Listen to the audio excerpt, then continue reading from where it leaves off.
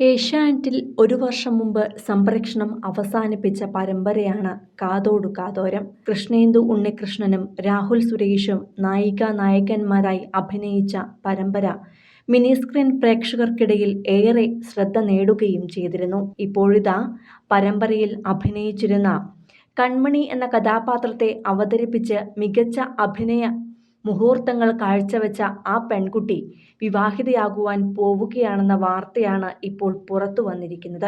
Nandana S Nair എന്ന നടിയാണ് വിവാഹിതയാകുവാൻ പോകുന്നത്. ഏറെക്കാലത്തെ പ്രണയത്തിന് ശേഷം വിപിൻ എന്ന പയ്യനെയാണ് നന്ദന വിവാഹം കഴിക്കുവാൻ പോകുന്നത്. കാതോടു കാതോരം എന്ന സീരിയലിൽ മാത്രമല്ല, നടി തൃഷയ്ക്കൊപ്പം ഐഡന്റിറ്റി എന്ന സൂപ്പർ ഹിറ്റ് തമിഴ് സിനിമയിലും നന്ദന അഭിനയിച്ചിട്ടുണ്ട്. ആദ്യമായി നന്ദന അഭിനയിച്ച സിനിമ കൂടിയാണ് ഐഡന്റിറ്റി.